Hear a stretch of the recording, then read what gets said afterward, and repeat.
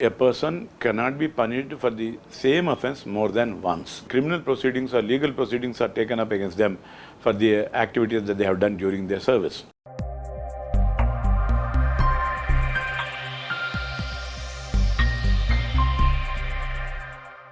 Hello everybody. Implicit under the Article 20, Rights of the Accused and Convicts, a concept of double jeopardy has emerged.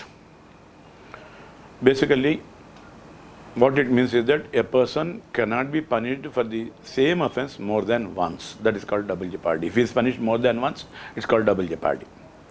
This is a claim that is being made by civil servants that they are subjected to double jeopardy. The reason is that they are removed from the service, and then later on criminal proceedings or legal proceedings are taken up against them for the activities that they have done during their service. This they claim as a double jeopardy. As a matter of fact, if an officer is a corrupt officer, he continues to be corrupt as long as he continues to be in that, holding that particular office, public office. Once a person is removed from the public office, the opportunity for him to be corrupt is lost. This process is not a punishment, but it's only a disciplinary proceedings or disciplinary action taken by the government on its government servant.